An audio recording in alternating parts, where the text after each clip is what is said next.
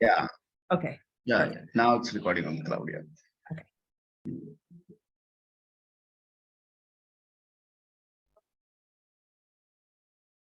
Okay.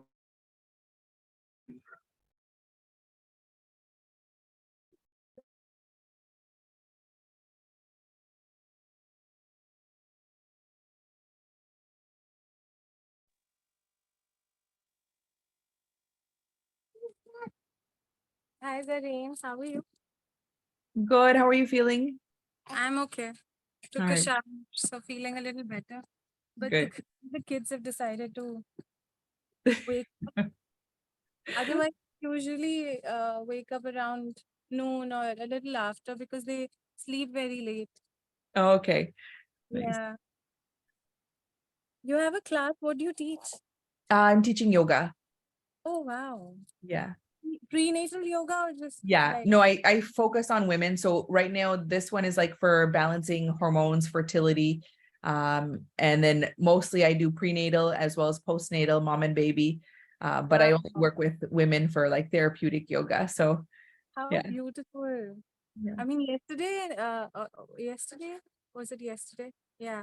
Oh, whenever you shared your story, when I think I'm looking at you for the first time and I couldn't believe that, you have an 8-year-old and you're the mother of 4 kids and mashallah, you were very healthy and Thanks. confident, like, experienced in what you're doing, mashallah. And in fact, that's something that I wanted to touch upon. And since you'll be hosting, maybe this is how we can start. Like, I feel a lot of criticism comes because people are not aware. Mhm. So all the myths, not just the mothers, but in general, and when it comes to strangers that we don't have to meet again or come across again, it doesn't bother us that much. But when the criticism comes from our parents, I think they kind of take it personally that if we are making different parenting choices, we are kind of questioning their parenting choices. Yeah. But that's not the truth. This is the information that we have available, and we also have the luxury because a lot of people actually have to deal with a lot of survival day-to-day things that they can't really afford to sit down and educate themselves. I feel a lot of people are so caught up in that everyday chaos. So everything actually leads to how the education system, how this whole Naukri system is kind of an enslavement. And it is the whole system is designed to not support breastfeeding. Yeah. So that's where it comes from. Yeah. So, but over to you. I think we have a few people now. So we can start. Sasikala's here, Neha's here, Meghna's here. 3 of our speakers are here already. Hi. Hi, everyone. Thank you Yeah. for all joining us today. Yeah. So we'll go ahead and get started. Today's session is going to be as part of the Breastfeeding Week celebrations. It's going to be about myths and criticisms, conflicting information, resolve, and resilience. So we have a couple speakers that have already volunteered. Do any of you want to go first? Neha, do you want to go first? Yes, I don't mind because actually I'm traveling, and as long as the signal is good, so I don't mind sharing. I don't know when the signal will go off and on because I'm on the highway, so I can have internet issues today. So as long as the signal is good, I think I would want to make use of this. All right, great. Okay, just give me one moment. Yeah, just give me one moment, please. Sure.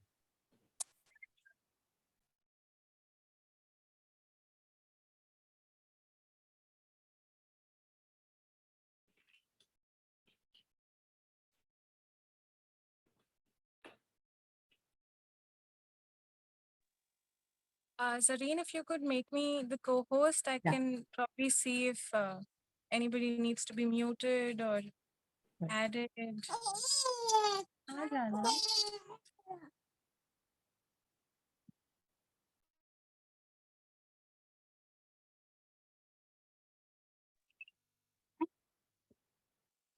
Hi, yes, so I'm ready. All right.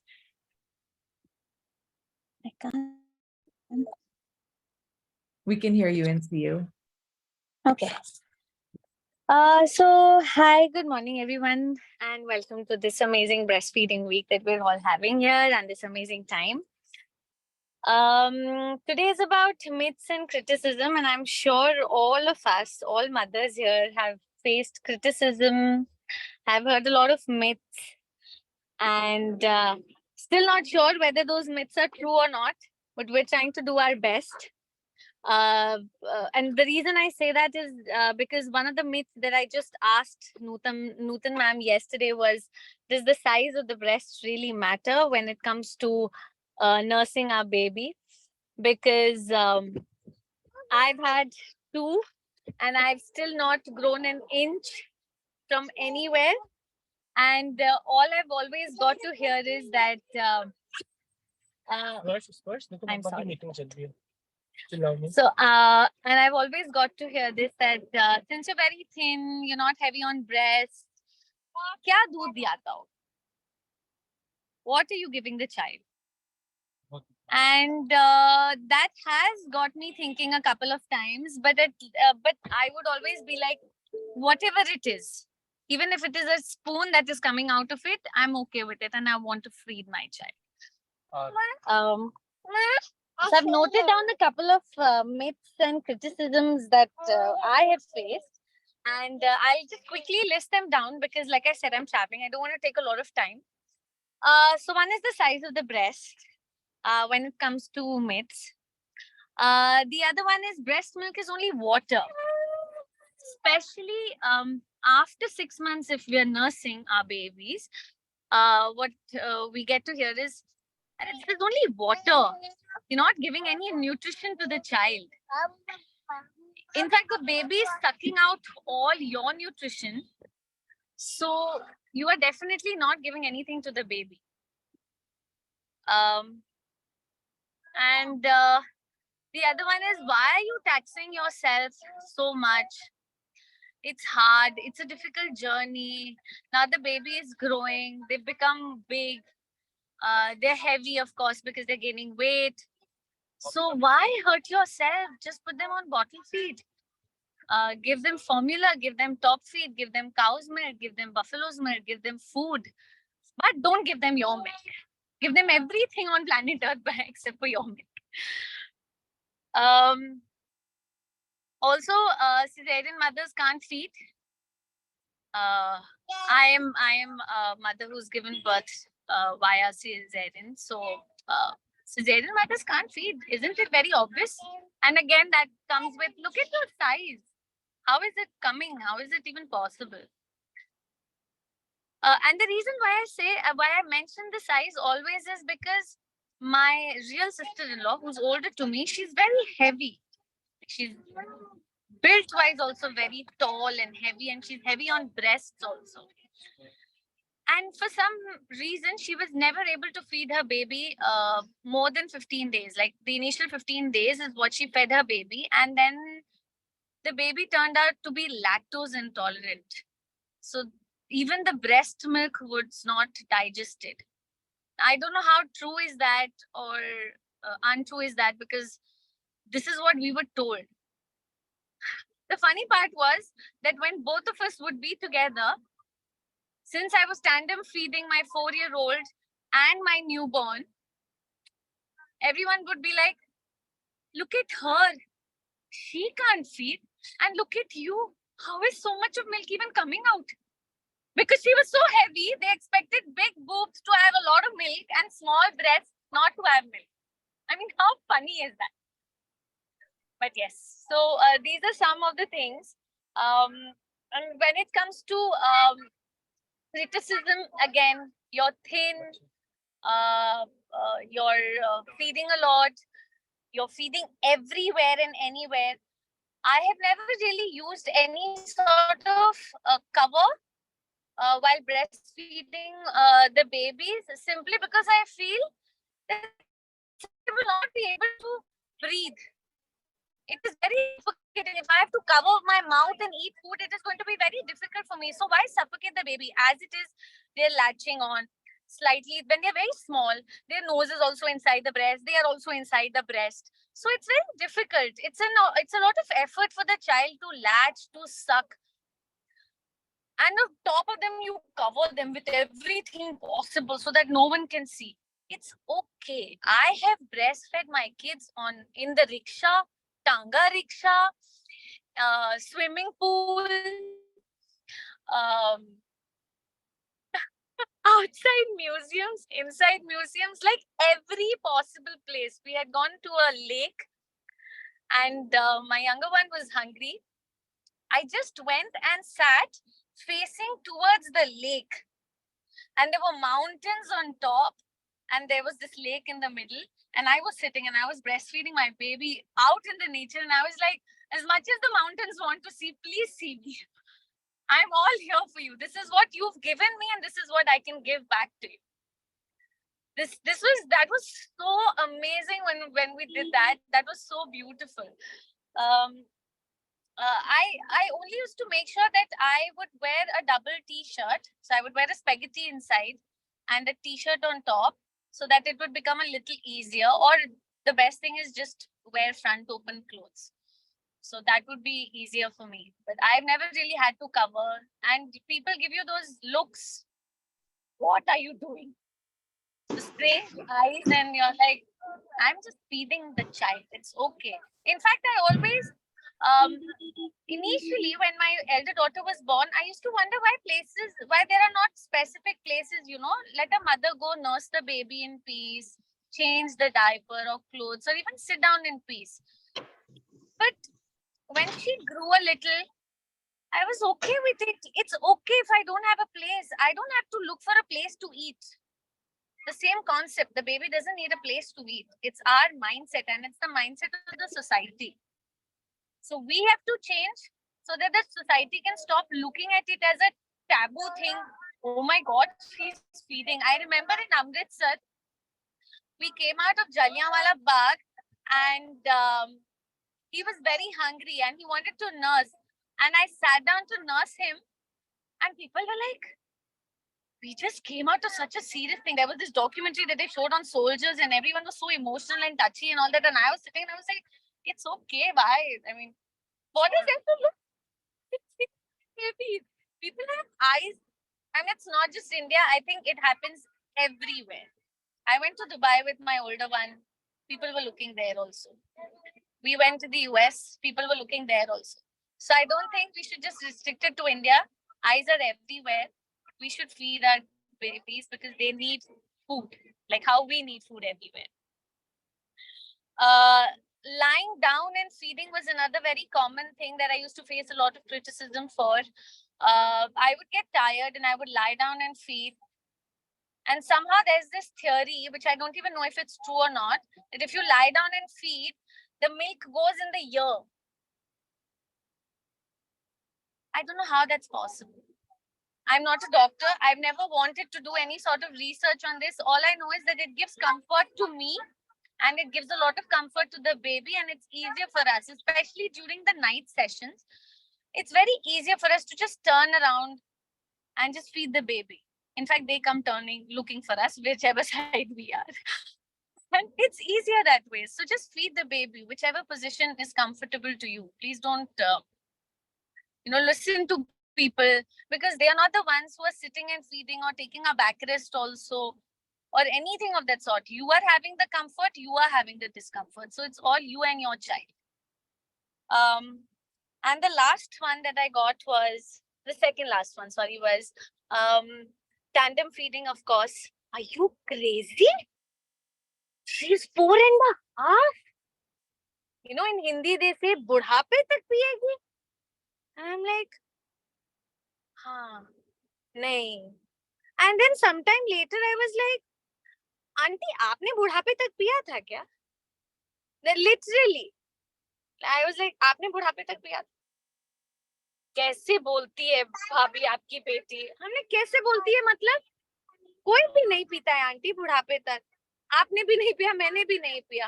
और P लेगी तो ठीक है ना, शादी भी करेगी तो एक बार आ जाएगी, उसको जैसे पग फेरे के लिए लड़कियां आती हैं घर वापस, she'll come back home, she'll have a sip and then she'll go back if she really wants to. How does it matter? I mean, it's me and my child. Why does it bother you so much? There was a lot. In fact, my mother also initially, when my older one started tandem feeding, I found it very weird, to be very honest. But I checked with my gynecologist, and she's like, "It's perfectly fine. What is wrong with it?" So, as long as she wants to have, let her have. It's in fact nutritious for her also, all the more.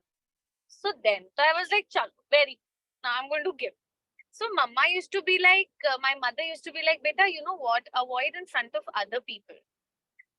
So like how you mentioned, Zareen, when people started talking, I wouldn't give a ear to it. I would do what I wanted to do. If it would bother so many people around me that it would get to me, I would take her, I would take him, and I would go to the other room and I would sit and be like, "Come." Sometimes I'd be like, you know, all the more the size of my breast will go inside because both of them are size.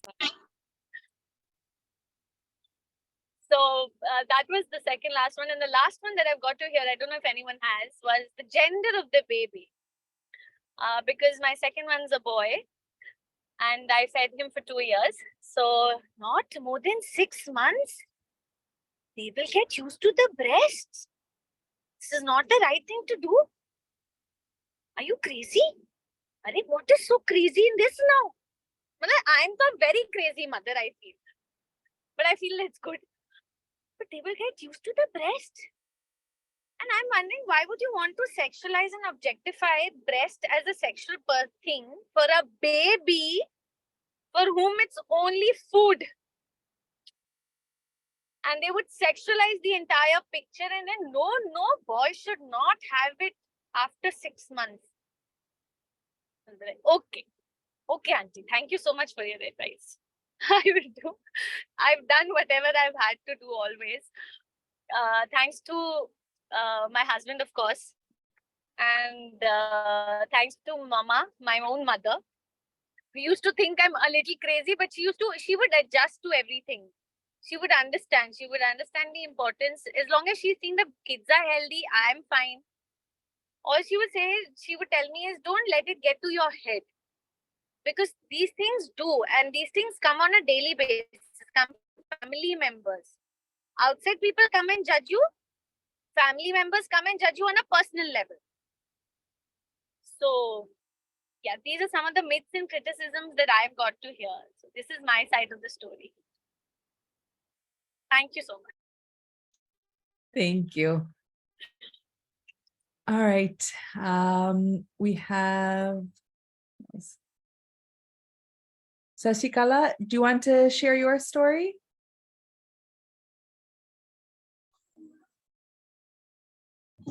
Hi, hello everyone. So when I started thinking about that, I thought it all started when I got pregnant, but when I think about this in deeper, I understood that it started since I first met my husband. So when I saw him, my mother usually said that he seems to be very lean. So my mother-in-law replied that this is only because he is looking like this, that I failed to feed him for more than 5 to 6 months. And I stopped to feed him later that because I was pregnant with my second one. So that made me think that so how much important that breastfeeding is, because when I compare my husband with his brother, he seems to be very weak, and he become very easily suffer from any disease. Comparing him, when I compare himself to his brother,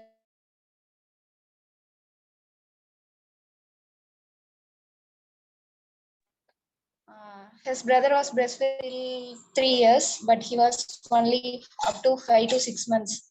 So that was the time, I think, that made me to think that how much important that breastfeeding is.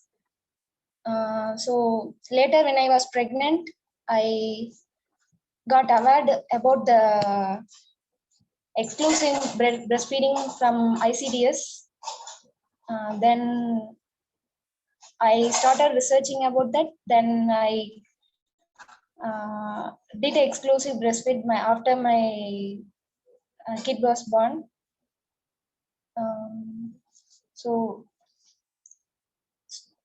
So many things. I think that one thing was that made me to think breastfeeding is important is that my husband's story.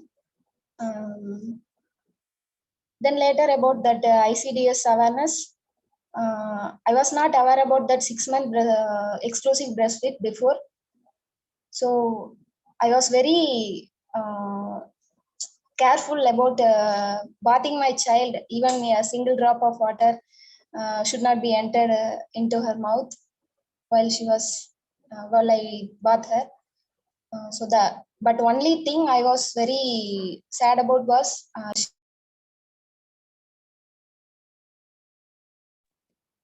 when she was when we are in hospital.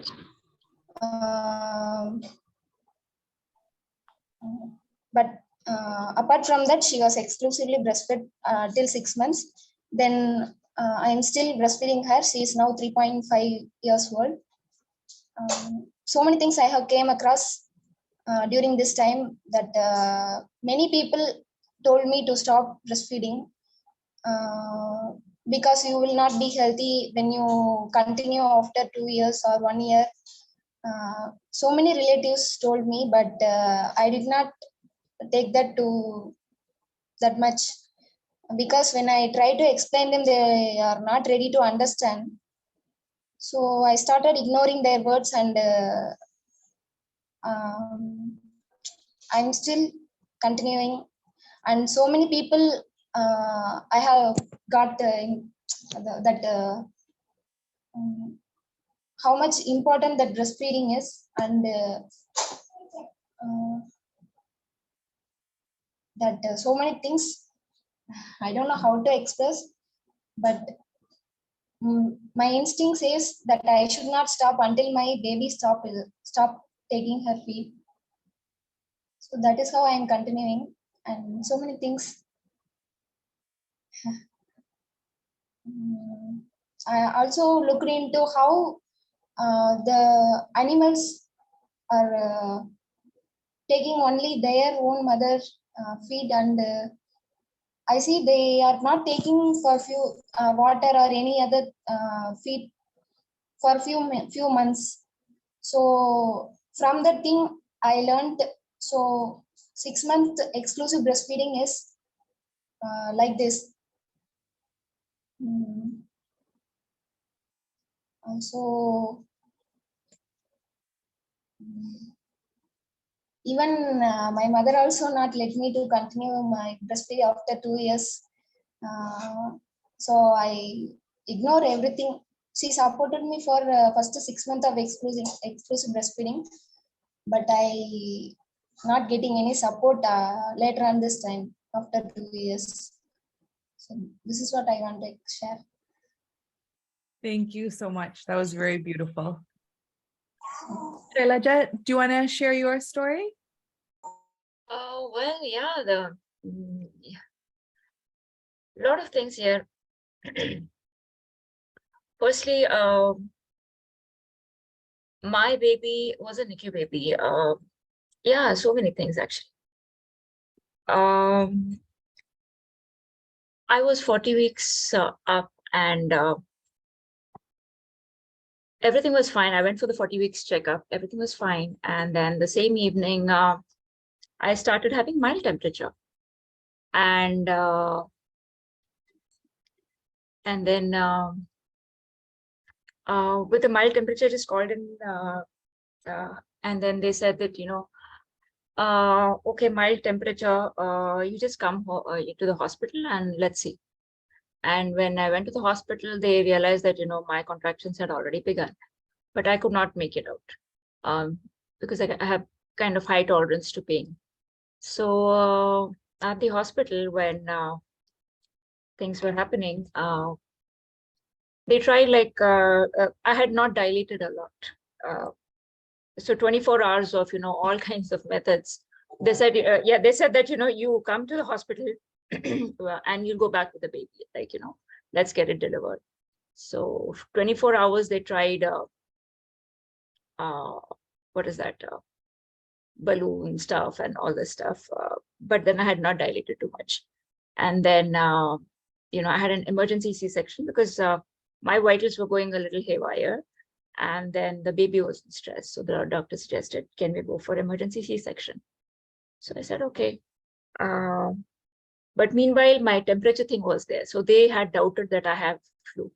I was in the US at that time.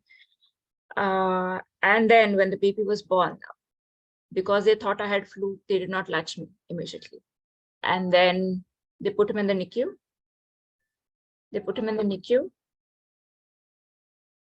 Sorry.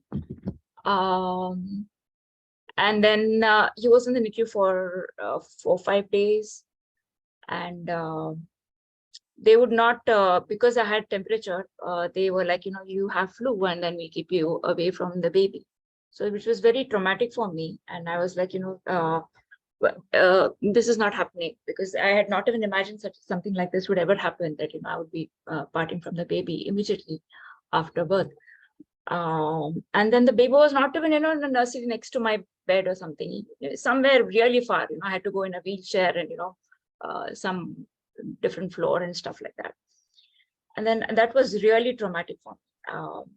And then they said, and the next thing, then after the birth, the results came in. I did not have any flu. So then they was like, okay, now you can. But then I was already in C-section, I was all cut open. I could not move. I could not do anything. And the baby was not next to me. So they wanted to keep the baby under observation, just in case he had contracted the flu or whatever that nonsense was. So I was not allowed to see the baby. And then they said that, okay, now that your results are in, you can go in and see your baby. But the thing is, now you are, in stitches and you're in bedridden completely. So how can you do that? So they said that once you are able to sit on a wheelchair, then you can go and see your baby. So immediately, I did not take any pain meds, nothing. The only epidural that they had given me, that one thing. And within 6 hours, I sat on the wheelchair. I said, no, I'm fine. I'll sit on the wheelchair and go.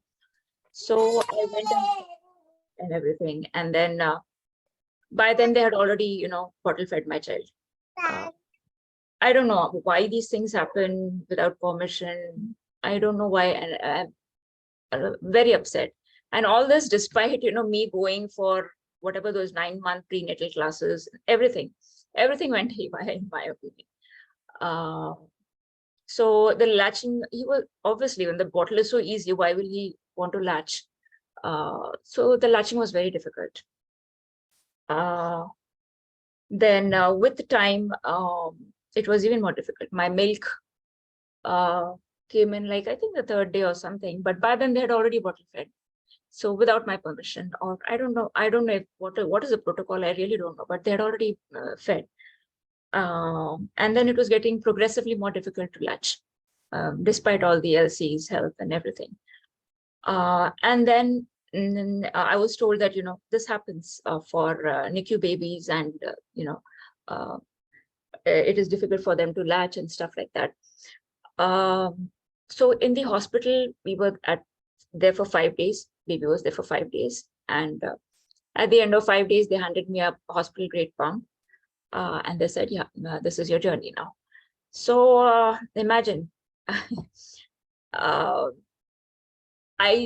frankly speaking, despite all my inputs in the 9 months of pregnancy, I never ever knew that, I would be, leaking from top and bottom. Bottom, I had a fair idea that, you'll be leaking for some time and all that stuff.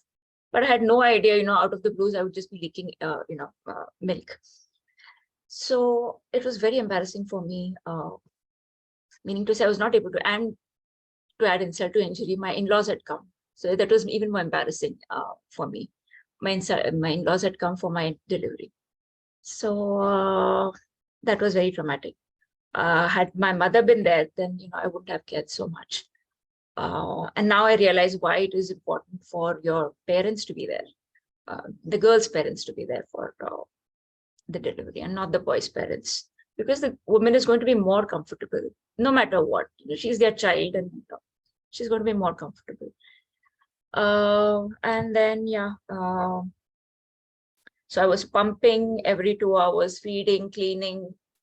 People who have pumped, they know what is the life. So this happened, and I was like very traumatized that how is this going to go on? And it was not easy. So I only remember pumping, feeding, cleaning. The first few months, that's all I remember. I don't remember anything that I did. And then in-laws, tane to chalte hi hai. So my mother-in-law was like, maybe your milk is not good enough. The baby just doesn't want to latch. And she was the only lady there, to help me. So it was so bad. I could not eat her food because she was cooking so spicy. And then, I realized a lot of reasons why it is important for the girl's mother to be there, not anybody else. Because the girl's mother really knows the taste of the child, and she knows what she's saying. When I say something, she knows what I really mean. So I could not eat. So I was so in such a pathetic situation, right from my food to all the things that I had to do for the baby. I had absolutely no help. And then it is the mother-in-law and the father-in-law, so things are expected out of me rather than somebody doing it for me. So I was just not comfortable. So all the massage thing, and somebody shared it yesterday, and then I was so relating to it that all those things, the 40 days massage and all never happened to me. And I was in an emotional mess because of all these untoward incidences that happened. And and so nobody was supporting me that I should breastfeed. Nobody was. They were like, fine, this is what it is. And then she would tell on the phone, my daughter-in-law is, she's bottle feeding the child. It was my own milk and I was pumping it, but she would not even consider it, breast milk. She was thinking that, I was bottle feeding him some formula and stuff like that. But anyways, I did not take it, personally, because I knew what I was doing, my struggle and my, how much time and effort I was putting into it. And then, absolutely no support. So then I realized, when they call this postpartum depression, I think that is what it is all about. If a woman has support in all these things, her day-to-day chores that she's doing, emotional support, somebody to pamper her, I think she'll be fine. Most of the cases, she's going to be fine. Most of the cases, and some time for her to sleep and take rest. Most of the cases, I think she's going to be fine. But unfortunately, it doesn't happen. Especially in the US, it doesn't happen even more because the system there is so broken in many ways. So I had absolutely no support for breastfeeding, but I still continued. I still went seeing LCs. They gave me tips and tricks and everything. But I used to find it so difficult to hold the baby, put it on a cushion, arrange it. And then I needed somebody to hold because I was leaking everywhere. I never got that support. And then eventually, third month, which was so difficult, it was like a miracle. Third month, my baby latched. And then it was so easy. It was like a dream come true. And then he latched and life was so smooth after that. And then he was happy, I was happy. And yeah, the trauma came to an end. Ouch, I'm sorry, I just hurt myself sometime back. Yeah, so and then the lactation was also fine. I think, I do not know why the period came in, but the period came in 1.5 months, post-delivery. Maybe because I was not, latching and feeding. I don't know what, but I got it. So, that was another thing that, I don't know how long my milk is going to last. So, but fortunately, it was fine. And then I went on and on with the breastfeeding. My child was happy. He was like so happy, because what used to happen is it used to be so cold there sometimes. I used to store the milk, sometimes make it into cubes and keep. And then when need be, I would warm it up. And it takes some time to, keep the bottle ready. So all the trauma is gone. Meanwhile, he's crying. So he didn't have to do any of that. The perfect warm milk he used to get. So he was very happy. And I could see it. I could literally see it on his face, how happy he is. So touch wood that went on. And yeah, one more thing I would like to share is my child had a recessed chin at birth. I don't know, but they do consider it some kind of a little defect. Recessed chin, I mean, just little babies, they have, this chin a little lower. And then the doctor was, So when they had kept him in the NICU, because I was supposedly having flu, so that time they realized that, intermittently his oxygen saturation was going down or something of that sort. And they're like, maybe because of his recessed chin and this and that. And a zillion experts came in, and then they were like, talking to me, how about we do a surgery? He had a very cute face, at birth, very beautiful baby. I was like traumatized. Oh my God, how can you say, a baby needs to have a surgery? What they were going to do is, pull the jaw out and stuff like that. And oh my God.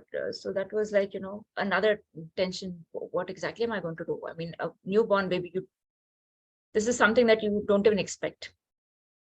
So I spoke to 3 surgeons. And then the final surgeon who came in, they all said, they spoke about a tentative surgery. And I'm like, and the fear factor was, maybe the child is not getting oxygen because of that. That was a fear factor. So obviously the parent is going to give in, at some point. I mean, who would want to, take a payoff like that?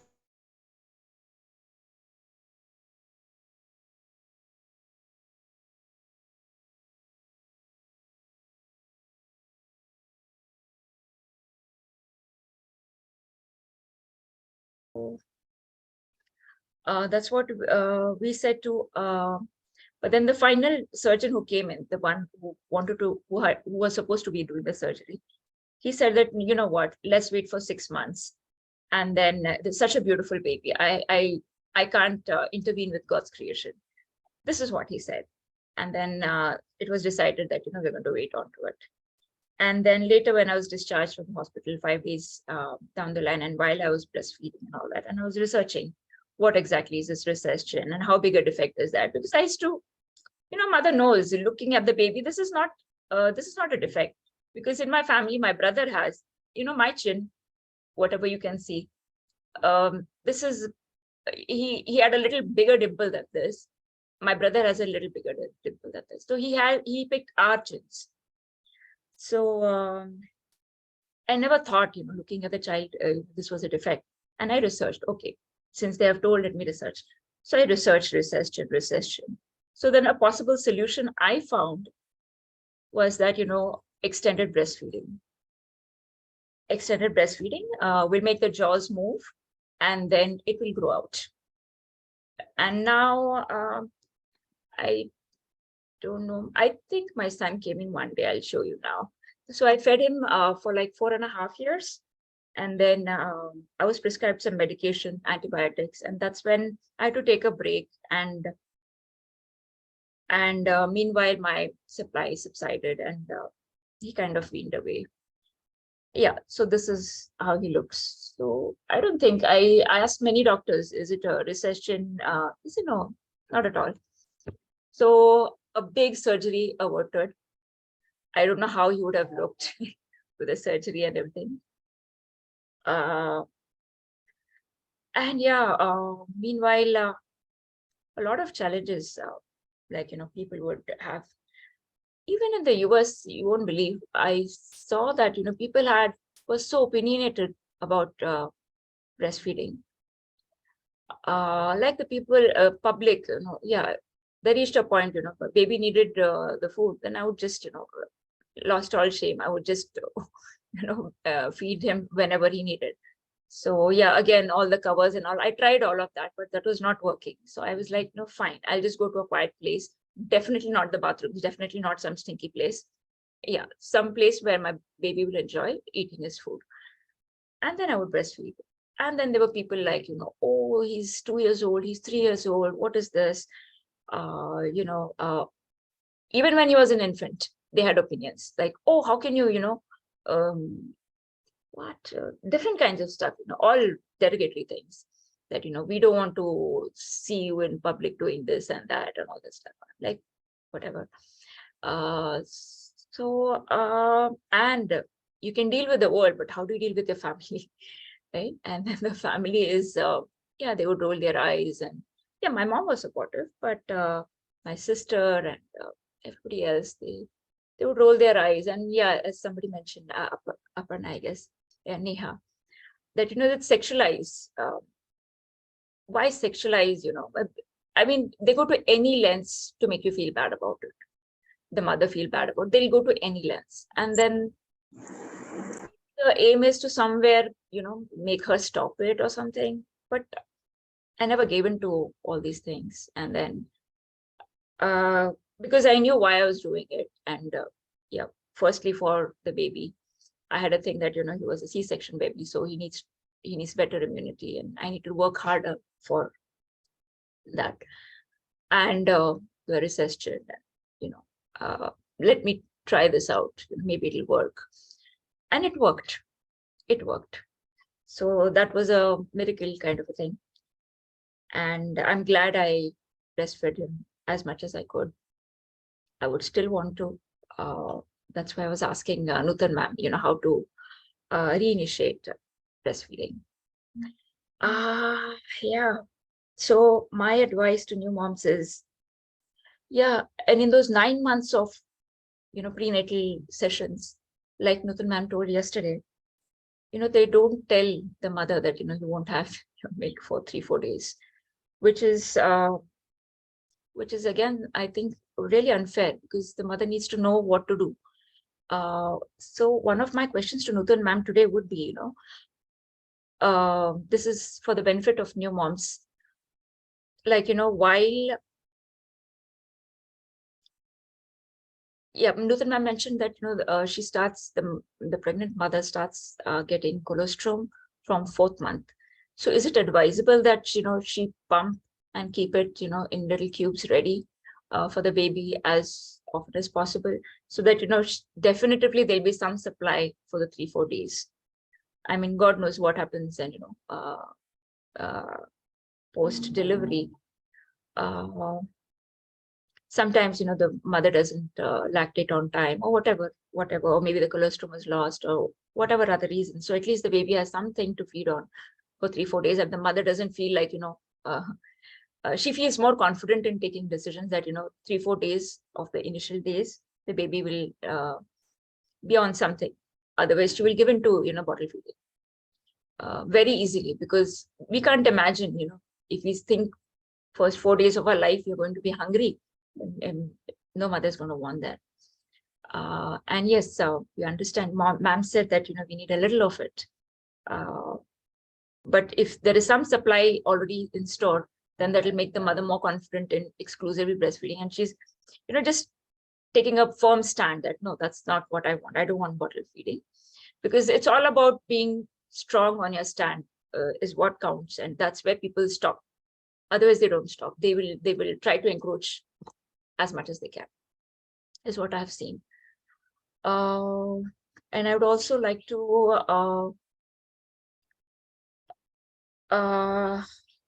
tell new moms that to reconsider childhood vaccinations, research on them before you go for it, because there's enough evidence that they are not just useless, not just, not doing anything, but they are also harming the children. So reconsider that. So that is, again, there'll be a lot of backlash on that, and do your research is what I would say. So that's randomly what I could think of. I haven't made any preparations. I didn't think I was going to be sharing today. So thank you so much. Thank you. That was such a beautiful story. And a couple, just to follow up, like a couple things that you said, like the system, US is broken. I think everywhere in the world, I think the systems are broken. And that's where, as mothers, as women, we need to take control of the system that we put our children in and ourselves in. And that's like, even for my youngest born, that's where I decided, okay, at 9 months pregnant, I left India to fly back to Canada to do a home birth, because I wanted to deliver my youngest one at home in the comfort of my home, without having a hospital, without having interventions and everything else that was there. And that's where that my non-negotiable was having my family and my support system. And that's where like my mom was, and I knew that's where I would get the support that I needed. And so that's where, like, as mothers, we need to find and voice what our non-negotiables are, because everyone else, like even our husbands and our partners, are going to have their own non-negotiables, but we need to voice what we want and stand up for that, whether it's having someone cook and clean for us, whether it's having someone come in as a lactation consultant, or doing whatever else needs to be done. We need to make sure that that's there for our support, because that's what's going to keep our sanity. So making sure all of us moms do that. And another thing that you mentioned, like the recessed chin. By birth, babies have a recessed chin in order for them to be able to latch onto the breast and be able to suckle and suck. And naturally, by breastfeeding, their chin extends out. And that's where a lot of people with bottle feeding, that pull and that progression doesn't always happen, where they're changing the way nipples on bottles are happening so that it mimics and imitates a breast. But in the end, only a breast can also help pull that suckle and suction that the baby needs to pull that chin out. And that's where you will see this on all babies. It's a recessed chin, because of the fact that babies are made to be able to do that. And it's so saddening that you had to go through so much trauma to go through all these doctors to say, okay, in the end, your baby is beautiful and I'm not going to touch him for another couple of months. Like, you didn't have to go through all the trauma and tragedy that you just put me through to tell me that. Like, it breaks my heart, like, that moms have to go through this. And I think that's where you guys that have created this group and this support system, bringing in more moms into this network and education, is what it's all about when it comes to breastfeeding, when it comes to mom health, whether it's in with food, everything affecting our children and their futures. Because I know, even for myself, a lot of judgment comes in where, oh, you're not going to give your kids medication, they're going to suffer. Like, why are you making them suffer through their coughs and colds? And it's like, no, this in turn, they will later thank me as they get older and their immune systems are better and stronger, because they're not being pumped with medications that are going to just suppress their immune systems. So there's so many things that are there. Another myth that came up also was periods and breastfeeding. Each of my children, as I breastfed them, my periods came in at different stages. One was 11 months postpartum. Another one was 14 months with the twins postpartum. With my last one, it was, I think, within 4 or 5 months. Every person's age, where they are, like, when you talk about menopause, perimenopause actually starts at the age of 35. So by the time I was pregnant at 38 with my last one, I was already in perimenopause. Whether it affects different people or not, everyone is different. So that's where, when people say, okay, you can't get pregnant because you're breastfeeding, that's a myth. That's a huge myth that people don't understand, is that you can still ovulate and not know, because you would get pregnant during that ovulation and then your second born could happen. But pregnancy, periods, and breastfeeding are all huge myths that surround that area. So that's kind of where that's a whole other topic, I guess, but I'll hand it. It's very important, because, people do think that what you said is very, very correct. And, it would be great if you can shed more light on that. If you're breastfeeding, then, you cannot get your periods, is also they say.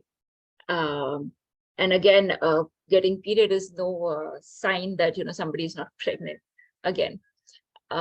which again, a lot of people, they're not able to understand why. But I have a friend of friend, and it seems she was pregnant for 7 months and she didn't know, and she was having her period and everything, and she still didn't know. So I'm like, is it? I mean, things are possible because it's only the line uterus. There was what is that? Uterine uterine lining lining that that's is shedding. shedding. Yeah. So it is possible, and yeah, we need to look into all these things and not be in the dark. So if you can shed more light on that, Yeah. Uh, So there are so many different factors, like your hormones, your age, your food, your nutrition that you're eating as well, because your food plays a big part on your hormones as well as to whether or not your uterine lining is going to be shedding. There are different seed cycling that you can then to support your body to determine whether your progesterone and your estrogen levels are rising and dropping, and determining on that. Like, for example, even my grandmother, she had periods throughout her whole last pregnancy that she had for her fourth born, and she didn't know that she was pregnant. Again, similar to that, where your uterus lining can still continue to shed and still have the placenta to still support and nurture and nourish the baby. So every body is different, and knowing what works for your body is, you are the best advocate for that, because you're the one living in your body. You know what works and what doesn't. And when we're talking about breast milk production, and even one of the other things that you mentioned was 4 months approximately, the colostrum comes in. Yes, women can pump because people do tandem nursing as well too. However, for some women, when they're pumping at 4 months pregnant, it can create such nipple stimulation to cause contractions in their uterus as well, which could then result in early labor. So that's where each woman has to listen to their own body to see, okay, maybe just hand expressing might be enough to release the colostrum, and that's sufficient. But I would say if you're going to try to start collecting colostrum, I would do that post around like 36 weeks or even 32 weeks to start to see, and then monitor, okay, am I facing contractions? Because you'd mentioned your pain threshold was so high that you weren't even feeling contractions when you went into the hospital. So everyone is different, and just listening to your body. And even though the doctor might tell you something, doctors are not God. You are in control of your body. And going back and doing that research, where sometimes people say Google's like the worst thing for you, there and to it.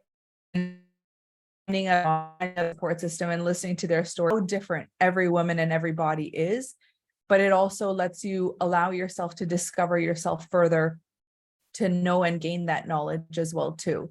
So yeah, there's so many different ways that the hormones can work and fluctuate, and so many external factors. We look at everything that's going on in the environment. We look at the airwaves, telecommunications, phones that are always around us, there's radiation, everything that's causing us, that also creates disruption in our hormones and in our bodies. So there's so many different factors that play into getting periods postpartum and just period regulation in turn. I'm going to hand it over to Meena. If you wanted to go ahead and share some of your myths and your story. Yeah, hi everyone. I hope I'm audible. Yes, we can hear you. Yeah. So hi, this is Meena, and I have a 6.5 years old son, and that is the only child I have. So my story goes like this: he was born at the age of 37.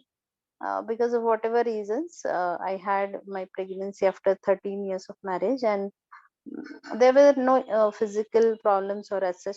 I didn't go for any treatment or something like that. But then he was born late. He was naturally conceived, and because of the age, and then my parents had a diabetic history. Like both the parents are a diabetic, and my mother had a BP. So they put me on a kind of a diabetic diet. Though it was not detected in my tests, but still I was in a diabetic diet. So I was in London till 7 months of pregnancy, and then I traveled to India. As I wanted my child to be born in India, as my parents were old and I didn't have father-in-law. So I thought maybe at least mother-in-law and my parents, they can enjoy the birth of my child, and I will also get the support.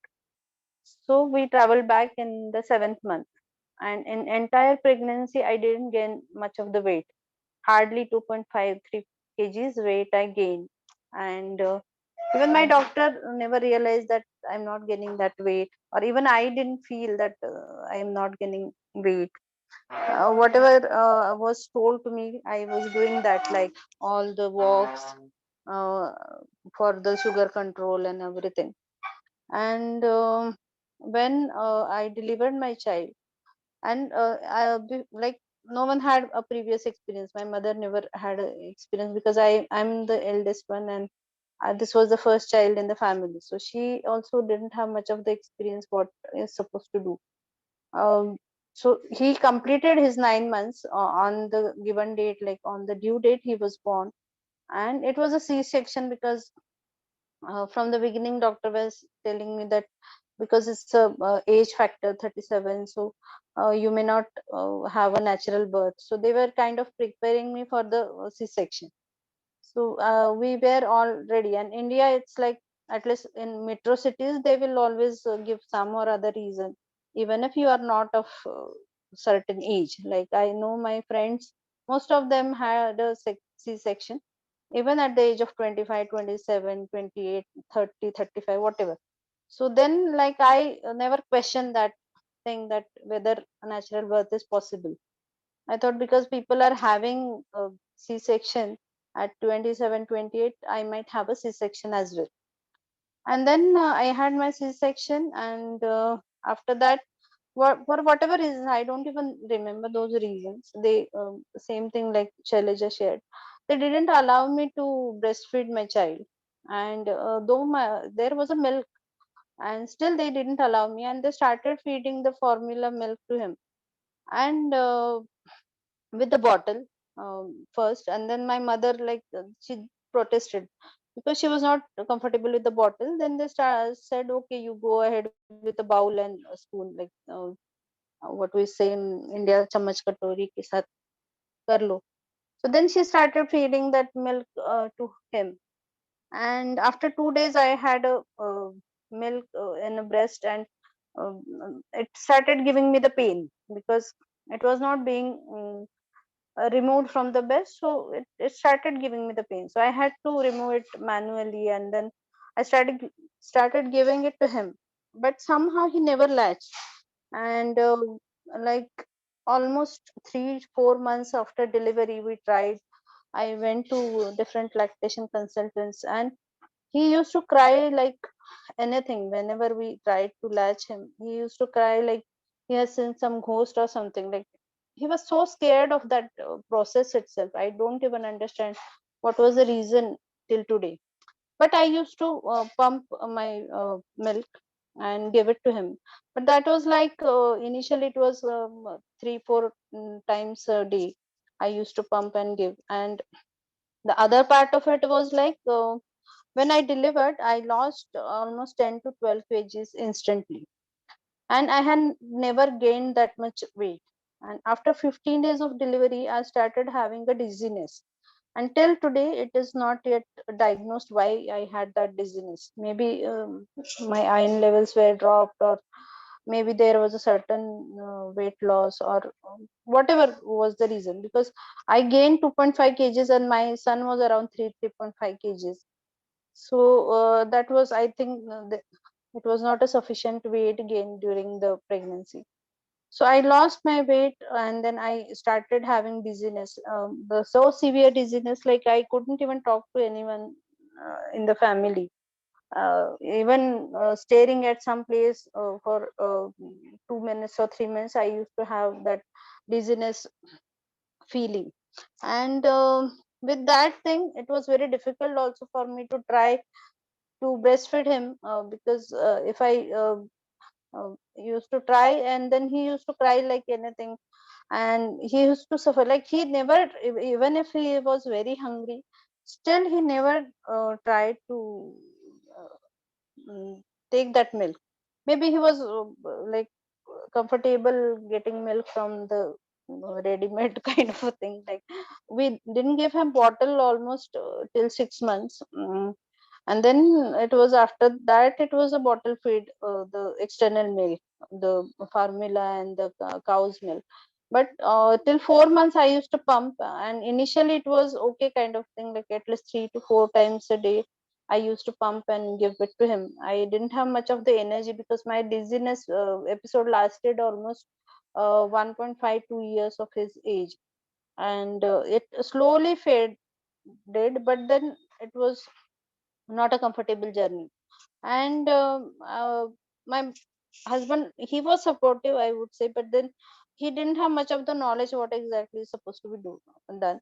And as usual, like my mother-in-law, she had her own plans. They wanted to have a naming ceremony on 12th day, and I was not in a shape and size and energy that I was not ready for it. And then there were a whole lot of issue, like why she is not ready, this is a ritual, if it is not done on the time there will be some whatever bad effects and other things.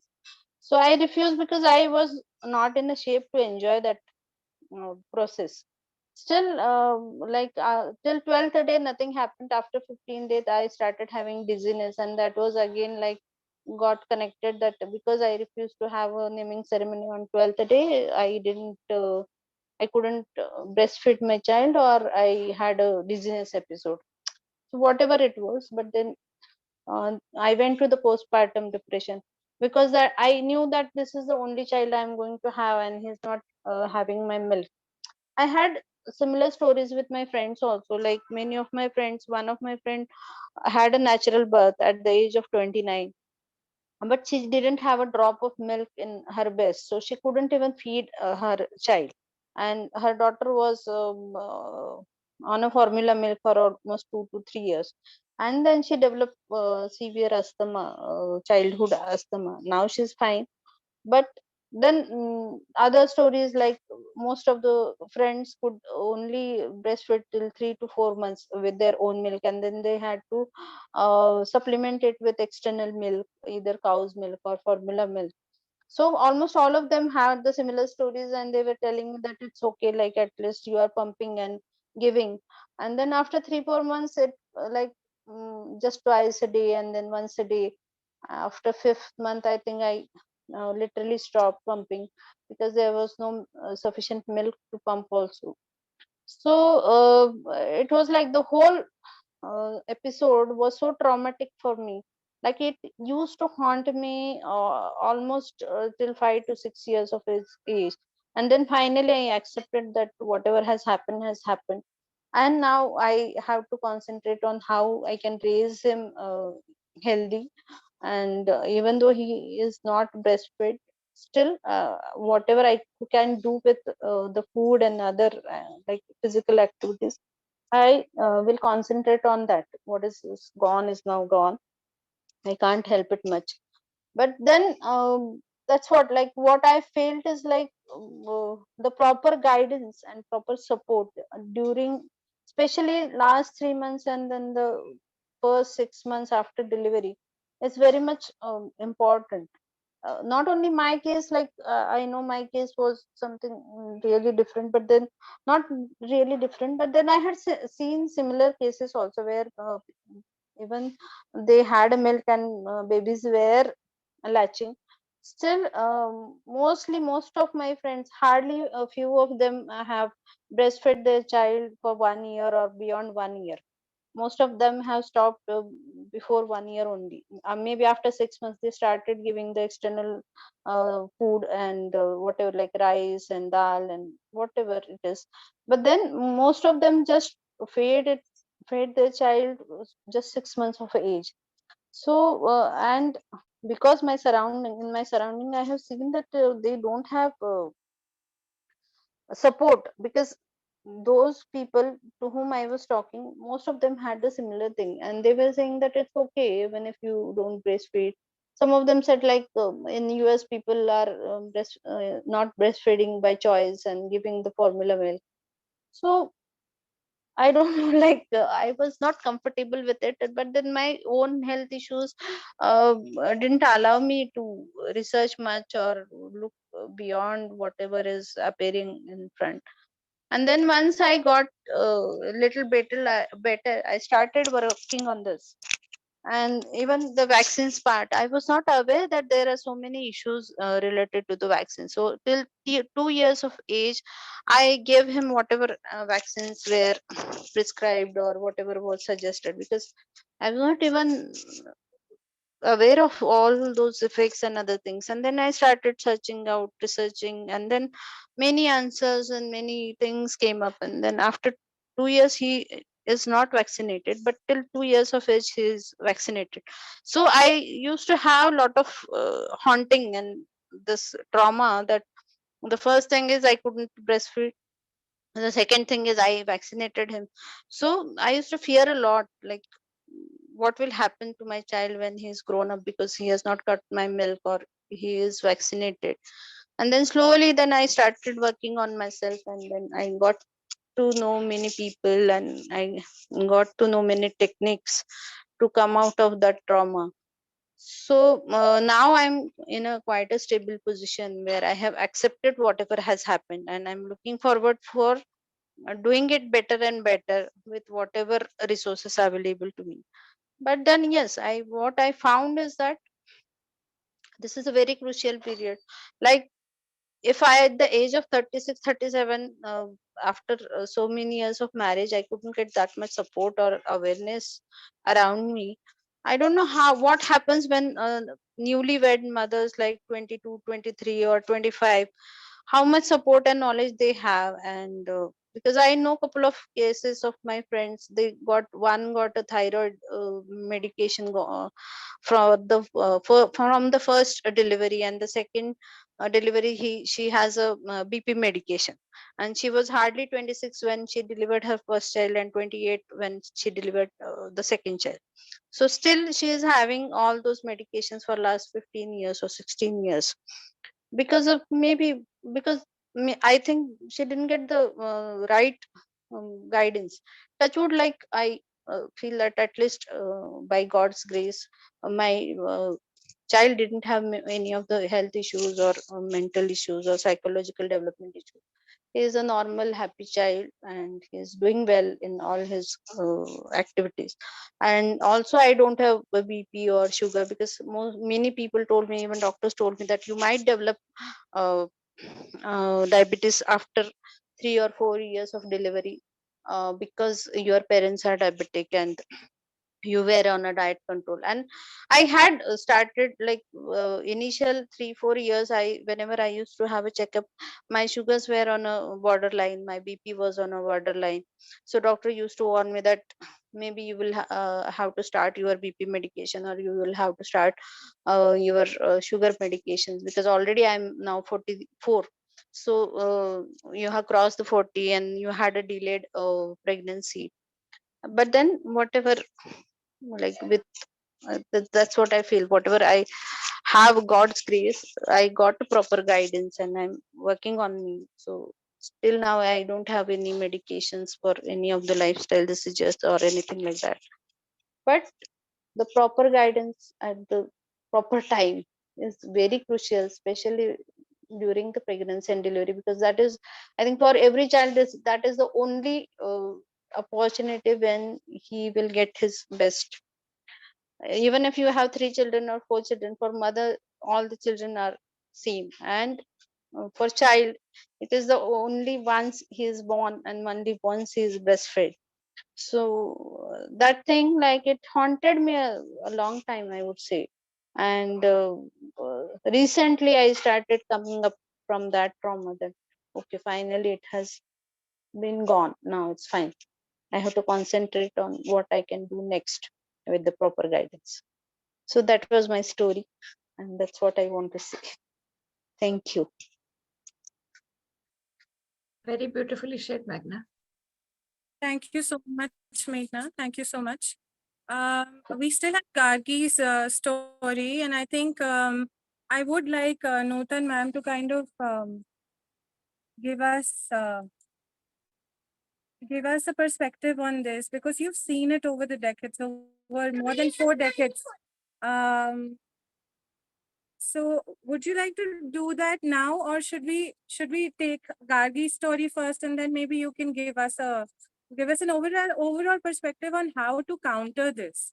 Because all the mothers, no matter, irrespective of the age at which they conceive or when they are going through, and even when they have all the information, like Shelja mentioned, she went through all the prenatals, and she Lama's classes, and she had her well informed and equipped.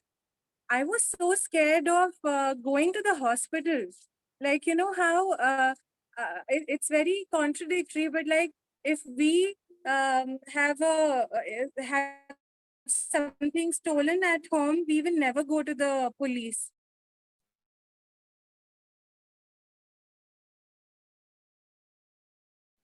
You know, it's the same thing. Now, if somebody, and that is how much the fraternity has lost its authenticity and credibility.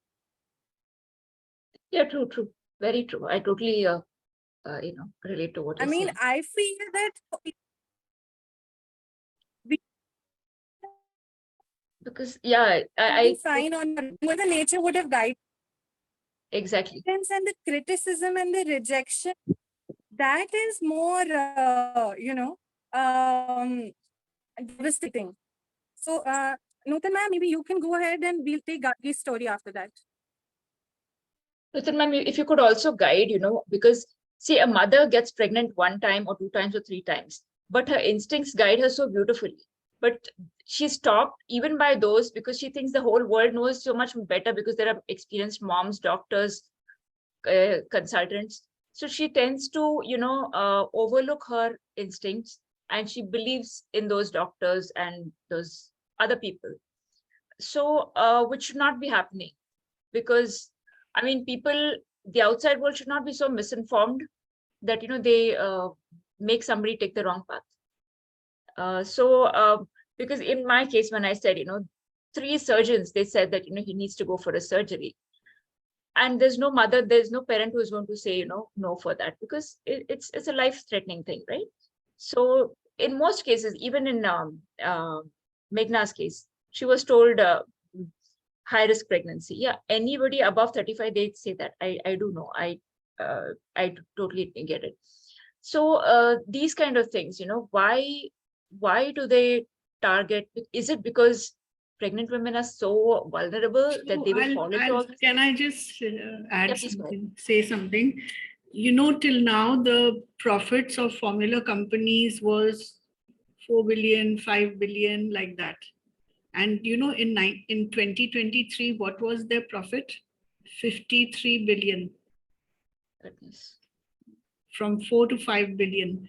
And why is that happening? It's because on a very subtle level, there is a disempowerment of breastfeeding. And there is a thrust to put things on the market, which, like first you undermine somebody's trust and then you say, buy this product. Like your question, Shailaja, about whether we should harvest colostrum before, while we are pregnant. Now, yes, like Zareen said, too much of breast stimulation can cause oxytocin release and cause premature labor. But what we used to do in our time, and this is what I tell my mothers who come to my classes to do, and this is what is also explained in my book on pregnancy. And you have to prepare your breast for feeding. I know the whole world says don't prepare your breast for feeding now, because oxytocin will be released and this will happen and that will happen. But this thing about preparing the breast is something my aunt taught me. She was taught by her neighbor who was 1 generation before her. I taught my niece who was 1 generation after me, and all of us have had successful breastfeeding. So this big fear about oxytocin release is, I think, also one of the things that is causing people to get really afraid of breast preparation. And for breast preparation, after the 6th month, what we recommend is you just clean say if this is the breast and this is the nipple, you clean the tip of the nipple with a towel, and then you hold the nipple very lightly and draw it in and out about 50 times. And then you hold where the normal skin and the dark skin meet. So suppose this is the nipple and this is the areola. Around the areola, you press like this. Go right around. And when you do that, a few drops of colostrum appear at the nipples sometimes and sometimes not. It doesn't matter whether it appears or doesn't appear. If it appears, you wipe it off with a towel. You wipe it off. And then you apply a very thin film of oil on the nipple and areola. You do this every day after the 6th month. You can do it after your bath. And the oil you apply should be an edible oil, or it can be desi ghee, but you should not use scented oils or vitamin enriched oils and stuff like that. And you've got to continue using this oil after the birth of the baby. Before a feed, you wipe your nipple and areola, just your nipple and areola, with cotton soaked in previously boiled water. It doesn't have to be hot water. And after the feed, you apply the same oil. You continue to apply the same oil. And it should be an edible oil, because suppose traces of it get left, then the baby is only getting edible oil, and that's fine. So I would say either organic coconut oil or desi ghee or any other edible oil you can apply. And because I have had experience with coconut oil and desi ghee, and it's been positive. And breastfeeding, none of us had sore nipples, none of us had pain, latching was fine, everything was fine. And it is just because of breast preparation. I feel that's a very important part of breastfeeding successfully that has been maligned and put away, and sort of, you don't need it. It's out of, out of fashion, and it's out of what research is saying, and blah and blah. Yeah, and when we were breastfeeding, we never got our periods for about 6 months after breastfeeding, while breastfeeding. But now even my mothers for some years have been saying they get their periods earlier. And I think that's because there's more stress these days. Mothers don't get the support they used to get for 40 days earlier. Like when I had my babies, I had full support for 40 days. And that really makes a difference, like you said, Shailaja, that if you can only be pampered in the initial 40 days, that's so crucial actually for breastfeeding as well, apart from depression.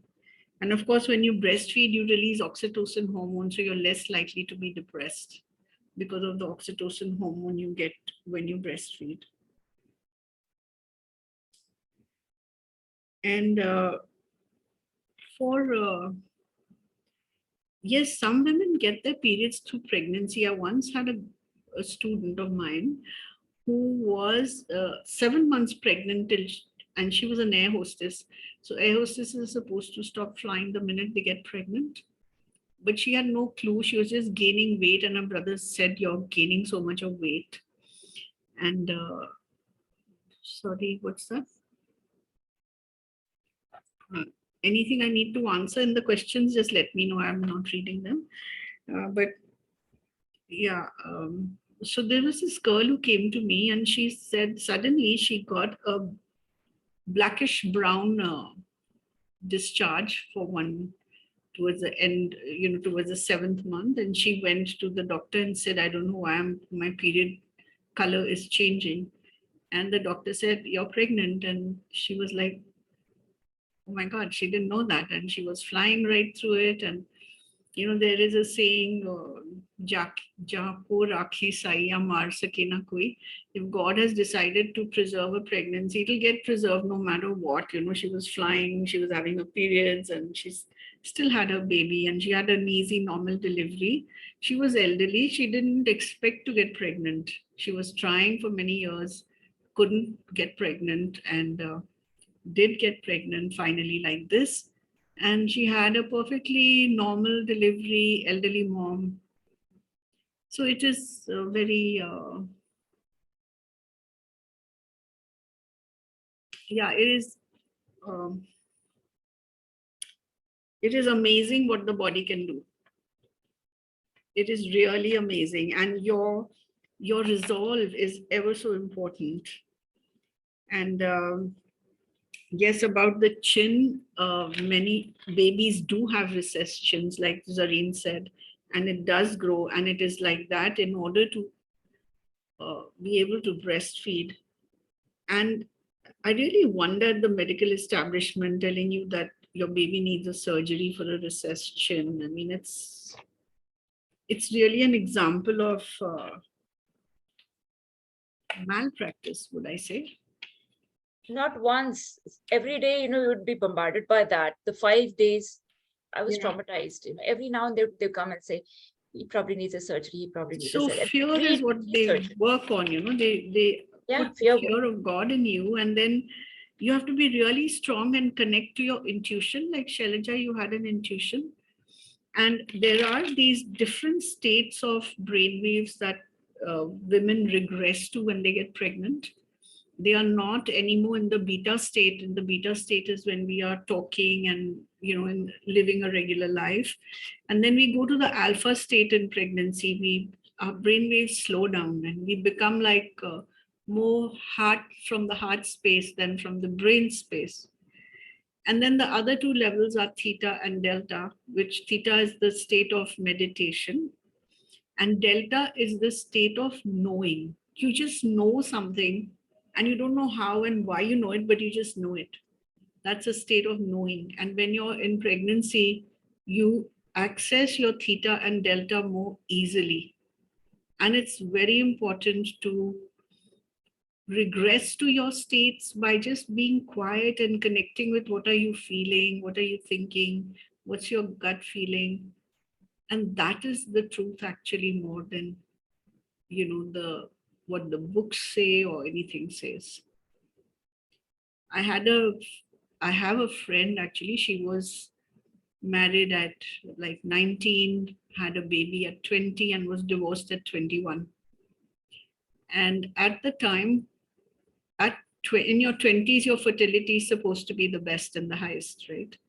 She stopped getting her periods in the 20s, in the decades of 20s in her life. And she remarried in her mid 30s. That's when her periods returned. When she was in her 20s, she said, now I'm a man of the house and I have to support my child. And I have to see how I can earn my money and how I can be the man of the house. And she became the man of the house, So that is how powerful our thoughts are. Medically, it makes no sense. When she was most fertile, she goes without periods. And then she starts getting her periods in her 30s when her fertility is supposed to be going down. It makes no sense medically. So our thoughts are really very powerful and we need to connect to our theta states and delta states more, not only in pregnancy, even otherwise for taking decisions and stuff. If you're worried about something, just sit down quietly and just contemplate on your thought. And while contemplating, even if you fall asleep, that's fine. But listen to that answer that comes from within your heart, within you, from the inside of you, from a space of knowing. And that is really the correct answer for us. Sorry, I just went on. So the next person can take it from here, please. Someone? Just this one question, please. I think somehow that question was not answered, or maybe I missed it something. How about, because you just mentioned, oxytocin release could induce early labor. So how about sexual activities? It has to be huge amounts of oxytocin, because we release oxytocin whenever we have a sweet connect. Right. Even if you play with a baby or with your pet, you are releasing oxytocin. Certainly. If you're sitting with friends you enjoy sitting with, you're releasing oxytocin. if you're having a sexual connect with your partner, you're releasing oxytocin. So we do release oxytocin a lot, Right. even without the stimulation of the breasts. Right. So, sex during pregnancy, like, people sometimes think that they should not have, or, just let the pregnancy be and not disturb that. So what are your thoughts on? No, you can have sex in pregnancy. If the pregnancy is unstable, if the mother has a bad history of miscarriage or has had bleeding in that pregnancy, Mhm. then maybe the doctor will tell you not to have sex, or else it's okay to have sex in pregnancy. I mean, without the fear of, excessive oxytocin release, or because we never know how much is too much, or yeah, makes Who's sense. measuring? Who's telling us? I mean, okay, it does release oxytocin, but I think I know a lot of women who had sex through their pregnancy without a problem. Wonderful. In fact, I discuss it in sorry, I keep referring to my book because I'm so surprised the lack of information that is out there, like what Meena was sharing. Was it Meena? About, yeah, Meena shared about her, but really everything is there in this book of mine. So this is my revised book and updated book, keeping in mind all the Divya shared. new Divya. things. Meghna shared, no, she was in UK Yeah, right. and then she came back, yeah, to India and had elderly parents, and she had a cesarean because she was an elderly mom, elderly primey as they call. That was Meghna, right? Yeah, ma'am. Yeah. So yeah, oxytocin is released many times in our regular daily life as well. Does that answer your question? Yeah, sure. And how about Meghna's question, where something, it's very, very natural for a baby to suckle and very natural for a baby to latch. So I understand, because I've gone through what she's gone through almost. You know, I was almost thinking everything. I'm going to share on my group my video of nursing supplementer. Anyone who wants to relactate can use that. Sure. I'll share that video on this group. Right. Her question where she says, the baby did not know, I mean, the baby would cry. It was traumatic for the baby to Yeah, latch. so that is why I'm talking of the nursing supplementer, because the baby has to know this is my source of milk. The baby thinks the spoon is my source of milk. We have to rewire the baby's brain that no, the breast is the source of my milk. And how we do that is with the nursing supplementer. That's why I'm talking of the nursing supplementer. Wonderful. Yeah, now I get the. So when the baby's at the breast, it's not getting milk. It'll like, what is this, But if it gets milk, it says, oh, okay. If I stay here and if I try, I'm going to get milk. And then the baby tries more. The baby has a motivation and understands why it's put there. Otherwise, if it's never seen the breast, it will not know what is this breast. I mean, what is this? Where's my spoon and katori? I need my food. But if the baby gets the message, okay, my food is here too, then the baby starts licking. First, they just start licking, and then they slowly start feeding again. I mean, they slowly start latching if they haven't latched before. The main thing is that they should immediately get the milk while put to the breast.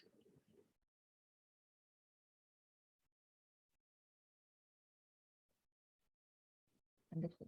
Thank you so much. Okay, I think without further ado, we should have Gargi share her story. We've exceeded the time. And I just want to assure everybody that I'm really overwhelmed with all the response. And I think we should keep this going beyond this week and have, because there are so many things which are shared today, yesterday, which needs a continuous dialogue and resolve.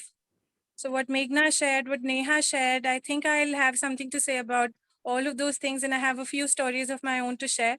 But for now, over to Gargi. Saman, can we do this tomorrow because it's already 12:30? We can go for a quick round, Gargi, today itself. Yeah, because everybody's here. So let's hear you out. Okay. Yeah. Hi all. My name is Gargi, and I have breastfed my son for 5.5 years, and initially for first 3 months I couldn't breastfeed my son because of a lot of interventions during delivery. It was a normal delivery, but with a lot of interventions. So I had put all my all my experience in a small write-up, which I'll share again. So because we are today we are talking about misinformation about breastfeeding and all that. I would like to share a few experiences where I feel that most of the doctors are misinformed, because I was well informed about breastfeeding, importance of breastfeeding, and importance of golden hour and breast crawl and all that. But my doctor were not informed about all this, and I thought that she must be knowing. So I didn't discuss all these things with her, and I was expecting that she will, give my baby to me immediately after delivery.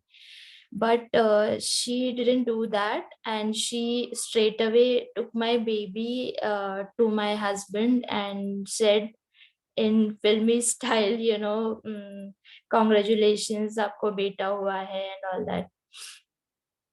So I could hold my baby only after 4 to 5 hours after delivery.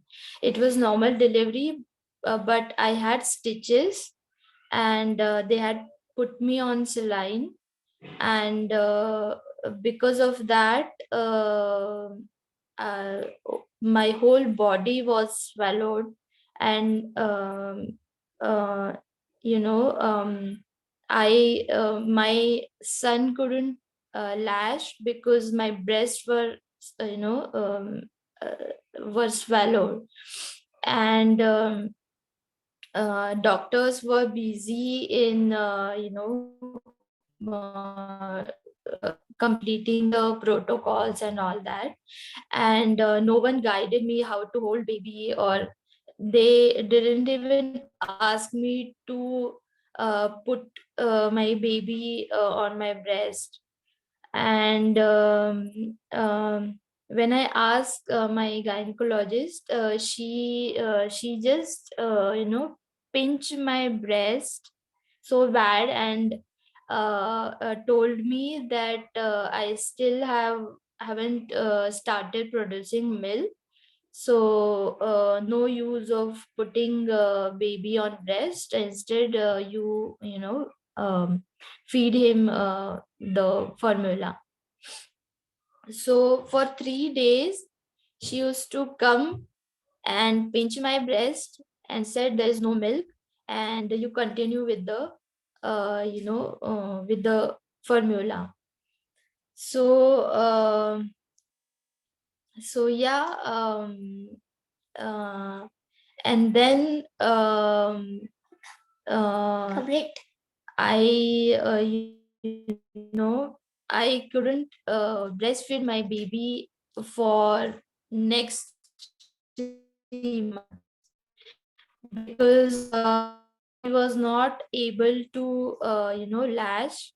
And doctor said that you have a flat nipple. So she prescribed me nipple shield, which never worked. And even the pump, hand pump. Um, so it didn't help.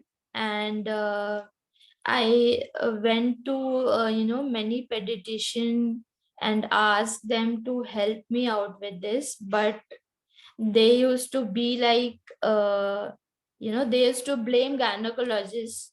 And gynecologists used to you know uh, say that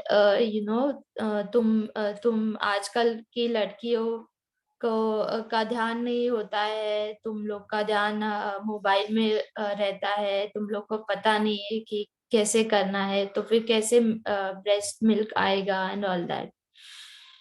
तो आई never had help with doctors. और तो मैंने फिर breast feeding जो group है, Facebook group, वहां पर I put my query. और फिर काफी लैक्टेशन जो एक्सपर्ट्स थे, they help me out with this. And they asked me to pump my milk so that जो milk production है वो बना रहे, और कुछ तो होप रहे कि आगे मैं उसको कर पाऊँ. तो my husband helped me with this a lot. We used to sit for entire night और हम लोग पंप करते थे, और काफी सारे पंप भी चेंज किए. और तो जब भी मतलब इनिशियली पंप करने से भी I used to not get milk. और अगर थोड़ा सा भी वी गेट टू सी, या थोड़ा सा भी एक बूंद भी अगर दिख जाए, तो we used to be like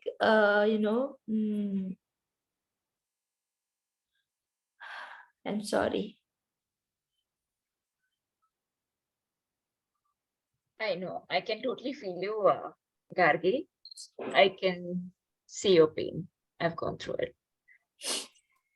Because they make you feel so hopeless. So hopeless.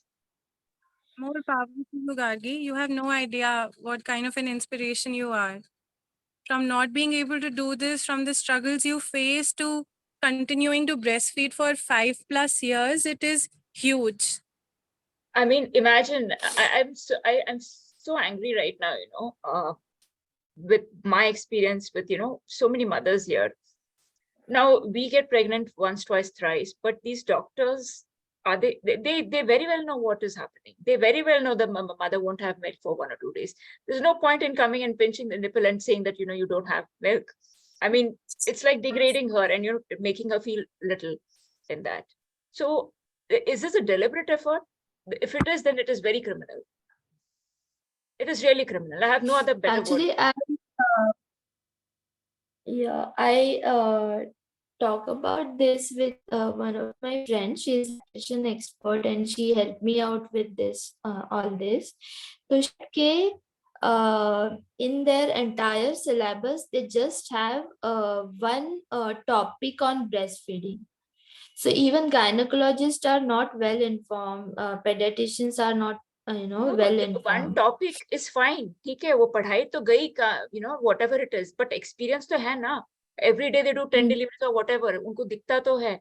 Day to day, I mean, experience is what teaches you most, not the bookish knowledge. So उसमें तो उनको पता होगा ना कि okay, day by experience, अच्छा ऐसे होता है. तो उससे वो नहीं गए. And then they would have referred to, and then they would go by best practices. But this is totally wrong. This is really wrong. तो खैर धीरे धीरे करके फिर मैं पंप करती थी और फिर बेबी को भी I used to try to help him with latching. तो धीरे धीरे धीरे फिर करके फिर after 3 months I used to I like he was able to latch. और उसमें भी प्रॉब्लम ये था कि मेरा जो जो लेफ्ट ब्रेस्ट है उसको ही वो लैच कर पा रहा था, जो राइट ब्रेस्ट है उसको अभी भी वो नहीं कर पा रहा था। तो मेरे को अभी भी मतलब मेरा जो दोनों ब्रेस्ट का साइज है वो अलग अलग है, क्योंकि for first 4 to 5 months my baby used to latch on left breast only। और फिर धीरे धीरे करके मैंने बहुत सारा ट्राई करके कि थोड़ा सा मैं इधर रखती थी फिर इधर, तो ऐसे करके फिर आफ्टर 5 months राइट ब्रेस्ट से ही कुड लैच। तो क्योंकि ब्रेस्ट फीडिंग जर्नी जो था वो स्मूथ नहीं था, तो my baby used to not sleep और he used to be very cranky. और जब भी बहुत बार ऐसा होता था कि he used to breast feed for 1 hour 2 hours, मतलब थोड़ा सा लैश करता था फिर ही यूज्ड टू स्लीप, और फिर थोड़ा सा लैश करेगा फिर वो सो जाएगा। तो ऐसा होता था and he used to sweat a lot while breast feeding. तो जब मैंने ग्रुप में ही बहुत सारे जो लैक्टेशन एक्सपर्ट थे, गायनेकोलॉजिस्ट थे, उनसे बात की, तो एक डॉक्टर ने कहा कि he might be having heart problem क्योंकि he is sweating a lot, तो you must consult good doctor. उन्होंने मुझे कुछ डॉक्टर का मुंबई के कुछ डॉक्टर्स का रेफरेंस दिया। तो when my son was 5 months old, we fly to Mumbai और हमने उनको गायनेकोलॉजिस्ट थे उनको दिखाया। तो उन्होंने सब चेक किया, बेबी को चेक किया एंड मेरा ब्रेस्ट मिल्क चेक किया। तो ही सेड कि सब कुछ तो नॉर्मल ही दिख रहा है, तो बस एक लास्ट थिंग हम लोग बेबी का सोनोग्राफी करते हैं और लेट्स सी के पेट में कुछ प्रॉब्लम तो नहीं है। तो वहीं पर जो डॉक्टर थे उनका रेफरेंस दिया उन्होंने, we went to that doctor और सोनोग्राफी हम लोग कर रहे थे। तो baby was so small, he was hungry, he was crying. तो सोनोग्राफी करते वक्त ही वाज क्राइंग। तो मैंने उनको बोला कि ही इज हंग्री, तो प्लीज आप मुझे उसको फीड करने दीजिए और फिर बाद में हम करते हैं इसको। लेकिन वो डॉक्टर के यहाँ पे पेशेंट का इतना बड़ा लाइन था कि he didn't want to waste his time. तो उन्होंने लिटरली बेबी के मुंह में उनका फिंगर डाला ताकि वो रोना बंद करे और he could continue his thing, sonography. तो that moment I अभी भी मुझे मतलब ऐसा लगता है कि मतलब मेरी वजह से कितना इतनी छोटे बेबी को सफर करना पड़ा। तो It's not because of you. Don't ever think that. तो उसके बाद भी 1 घंटे तक he couldn't stop crying, क्योंकि उसके लिए वो इतना ज्यादा ट्रॉमेटिक था ये सारा कुछ। तो खैर उसके बाद हमको ये पता चला कि एवरीथिंग इज नॉर्मल, कुछ भी प्रॉब्लम नहीं है, बेबी को भी कुछ प्रॉब्लम नहीं है। लेकिन क्योंकि जो मतलब कभी कभी होता है ना कि ब्रेस्ट मिल्क जो है काफी फोर्स से आता है, तो बेबी उसको स्वेलो नहीं कर पाता। तो you just need to hold breast like this. मतलब पहले मैंने काफी मतलब my mother also told me कि ऐसे करो, मतलब 2 उंगली से ऐसे ब्रेस्ट को पकड़ो ताकि जो इसका मिल्क का जो फ्लो है ना वो एकदम से नहीं जाए और उनको तकलीफ ना हो। तो खाली ये छोटा सा प्रॉब्लम था और इसकी वजह से कुछ इतना कुछ मतलब इससे जाना पड़ा। और किसी डॉक्टर ने ये नहीं बताया कि हो सकता है कि ये प्रॉब्लम है।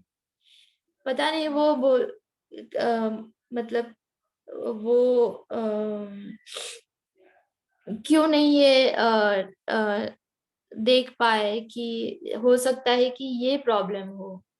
उन्होंने बोला कि सोनोग्राफी करो, ये करो, वो करो, फिर अलग अलग जो एक्सपर्ट्स है, जो सर्जन है उनको दिखाओ और ये सब कुछ। तो I have had very bad experience with all this doctors. और ये जो पूरा मेरा जर्नी था 5.5 years का, तो जब भी मुझे कोई हेल्थ इशू होता था तो I used to fear to go to doctors, because मुझे पता था कि मुझे उनको बोलना पड़ेगा कि आई ब्रेस्ट फीड माई सन, और वो मेरे पे बोलेंगे कि ये तुम क्या कर रहे हो। और बहुत सारे डॉक्टर्स तो इस तरह बोलते हैं कि यार तुम इतने पढ़े लिखे हो और तुम लोग ये क्या कर रहे हो। तो ये भी एक्सपीरियंस हुआ। आई हैड मतलब आई हैव मतलब मुझे पाइल्स का प्रॉब्लम हुआ, फिर आई हैव प्रोलैप्स। तो तभी भी I used to fear to go to the doctors कि ये लोग बोलेंगे कि नहीं अभी बस करो ब्रेस्ट फीडिंग करना। और last experience I would like to share, जो अभी recently I had 2 years back, when my son was 4 years old and I was 38 years old. I had issues with my monthly cycle. My monthly cycle became irregular, and I consulted 2-3 gynecologists, and they told me that you can have menopause. And when I told them that I still breastfeed my son, many of the doctors told me that because of this prolonged breastfeeding, you must be having this problem. Breast feeding की वजह से ही आपको ये problem हो रहा है। और I even consulted psychiatrist because I was having mood swing, and I used to cry on small things. So when I went to psychiatrist and I told her कि मुझे ऐसा ऐसा प्रॉब्लम हो रहा है, and my periods are not my periods have become irregular, and I breastfeed my son. So she was like, क्या are you normal? I mean, why are you doing this? She said कि by 3 years of age, baby जो है they start recognizing sex. तो you should not even change in front of baby. और तुम तो breastfeed कर रहे हो, तुम क्यों कर रहे हो ये सब कुछ। I even share all the things with her, and जो भी स्टडीज है और मैं ये क्यों कर रही हूँ, मैं ये क्यों फॉलो कर रही हूँ, but she was not ready to listen to anything. And she was like अब तुम मुझे सिखाओगे कि क्या करना है। तो and then later when I became part of this EKF health group, and काफी सारे लोगों ने ये शेयर किया कि after having COVID vaccine, they are having problems with monthly cycle and all that. So then I observed in May 2020 I had my COVID vaccine, or from June 2020 my monthly cycle became irregular, and I still don't know if there is any connection in between these, and I am still seeking answers, but yeah, this was the last bad experience I had with so-called educated doctors. Thank you, Yeah. guys. I also mention that all these beautiful posters that everybody is seeing are invites, have been made by Gargi.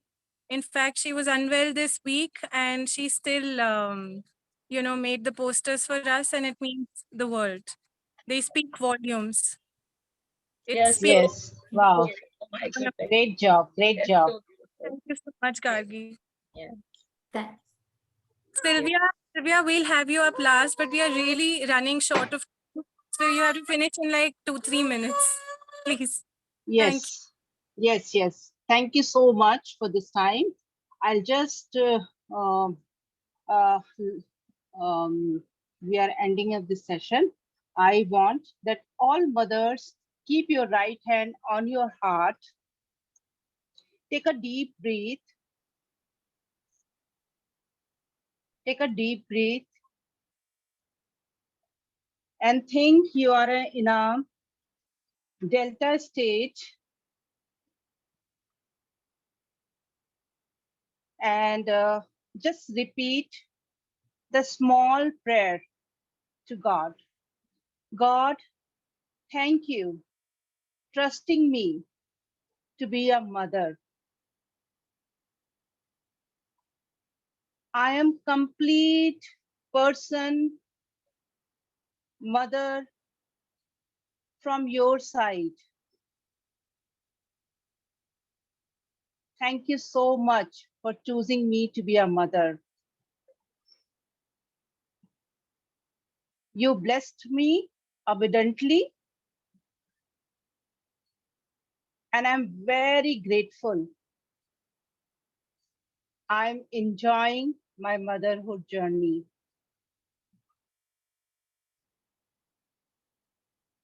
But I wanted to forgive myself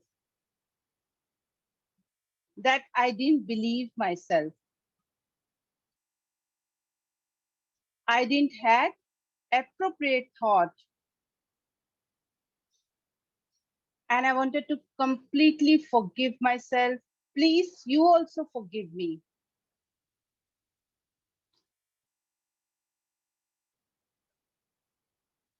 I wanted to give all my guilt in your hand. My words, my disappointments, my shortcomings, my anger, all what I'm not saying also, but what was not appropriate for me, my baby, for my family, I wanted to give in your hand. Thank you so much for forgiving me. I am free from all guilt. I wanted to forgive all those who were not sensitive to myself and my baby's need. That hurts me very bad. And I wanted to give all the thoughts, memories in your hand. Take away from my mind. I'm releasing those memories to you. You store it, you keep it, you take it. Now I am free. I am forgiving them. I am completely forgiving them. They are nice people. I respected them so much. Maybe they wanted to be good to me, but we couldn't click. And God, I want you also forgive them. Thank you so much. Thank you so much. Thank you so much. Take a deep breath and slowly open your eyes.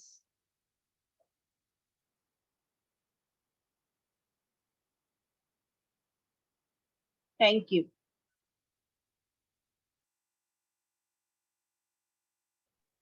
Thank you, everyone. We'll see you tomorrow.